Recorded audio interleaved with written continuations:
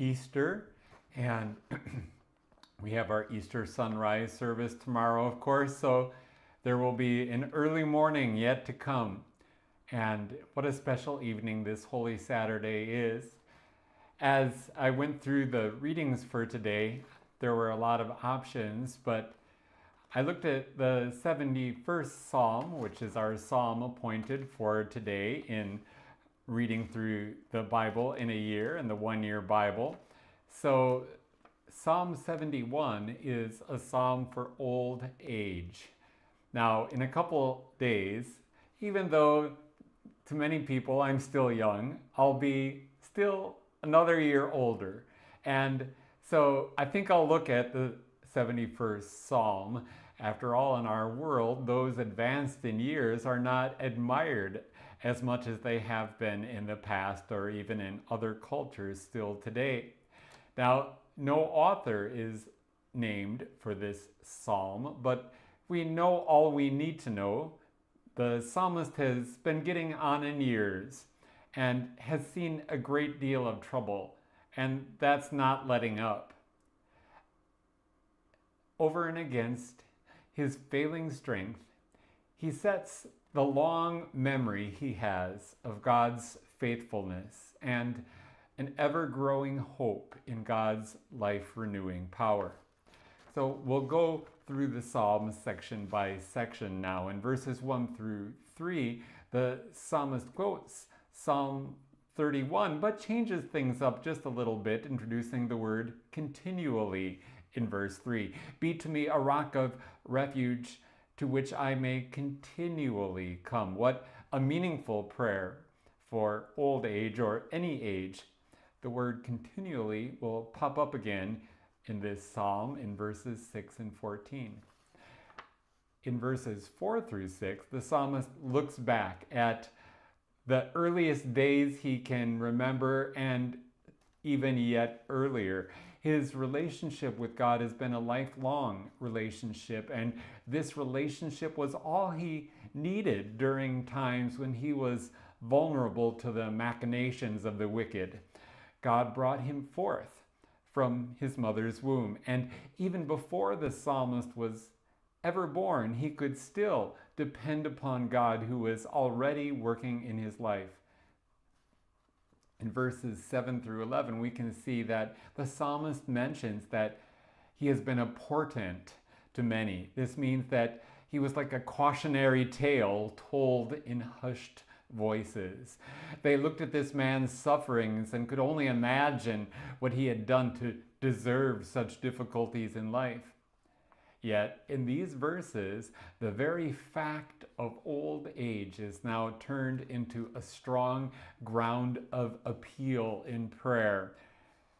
The psalmist's old age is even more of a reason why God should have mercy on him. He says, "Do not cast me off in the time of old age. Forsake me not when my strength is spent." As the psalmist prays, he continually shifts his focus away from himself and away from his encircling enemies to God, who is his strong refuge. We can't always control our circumstances, but we can decide what, or rather, who we focus on. Who better than God?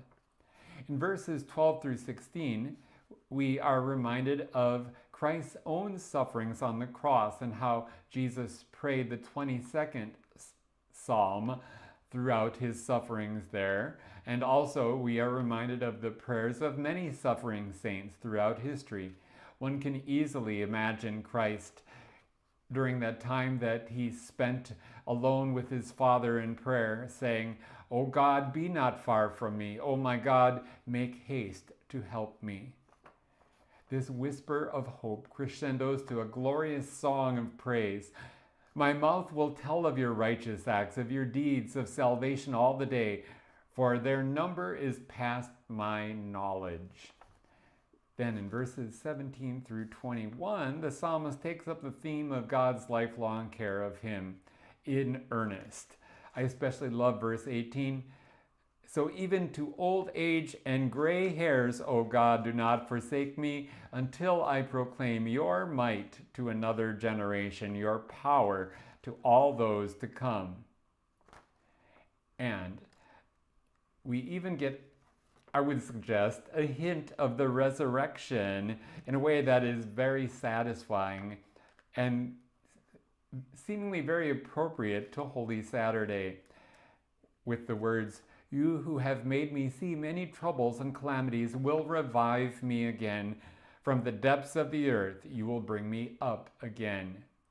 And even before the resurrection ever takes place, God is certainly able to crown one's latter years with a renewed zest for living. Finally, in verses 22 through 24, this psalm gives us a great example of the difference between vindication and vindictiveness. The psalmist doesn't retreat to solitude and bitterness. He reaches out joyfully to participate in corporate praise. He will praise God with the harp. He will sing praises with the lyre. His lips will shout for joy. His very soul will sing of his redemption.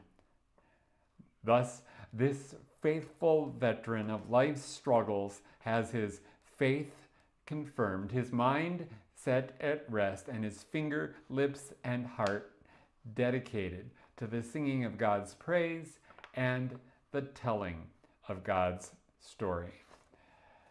May that be said of all of us when we get to that point where we can look back on a long life. And if you're already there, we thank God for your faith and how God has been with you your whole life so that you can share his story with all your being. May God bless us all toward that end, and I'll look forward to talking to you again.